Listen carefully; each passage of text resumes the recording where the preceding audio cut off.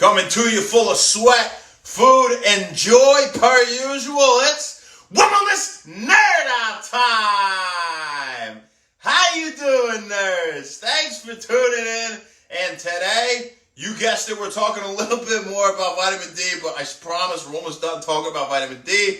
And we're going to be talking about the parathyroid gland, calcium, and the role they all kind of play, the story of all of them together, right? How everything relates. So before we get started today, I want to say a very happy birthday to Al Bazin, man. I hope you have a fantastic day today, and this one's for you, all right? So also, I want to say very happy birthday to my son, Jameson. J-Mo, you a good boy. You a good boy. And he gets a treat for his birthday. Al, I'd give you a treat too if you were in the form of like a steak or something, people food. If you were here, you sick, guys. There you go. There you go, buddy. So you can't see him, but he's very happy right now. So it's Beethoven, you can't leave her out. So without further ado, let's get through this so I can play some poker, huh?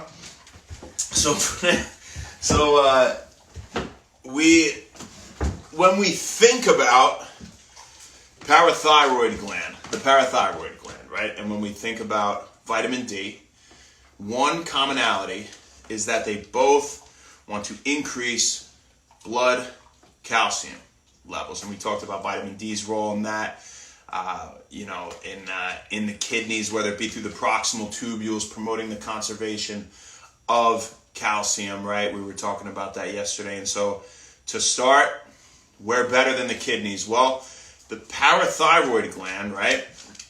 When parathyroid hormone is produced, it tells the kidneys, all right, look, let's activate vitamin D. It promotes the activation of vitamin D, okay? Because when vitamin D is active, it will increase that blood calcium, right?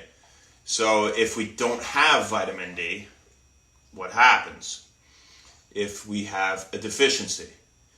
Well, in this case, parathyroid hormone then says, all right, we need blood calcium, so you know where we're going. Unfortunately, we're going to the bones, and it promotes bone resorption and pulls calcium out of the bones, right? And that's to get higher calcium levels in the blood, right? With low blood calcium levels and low vitamin D, right? Which go hand in hand, right? And that's how rickets and osteomalacia, like we were talking about yesterday, kind of play into this. Hello, Beethoven.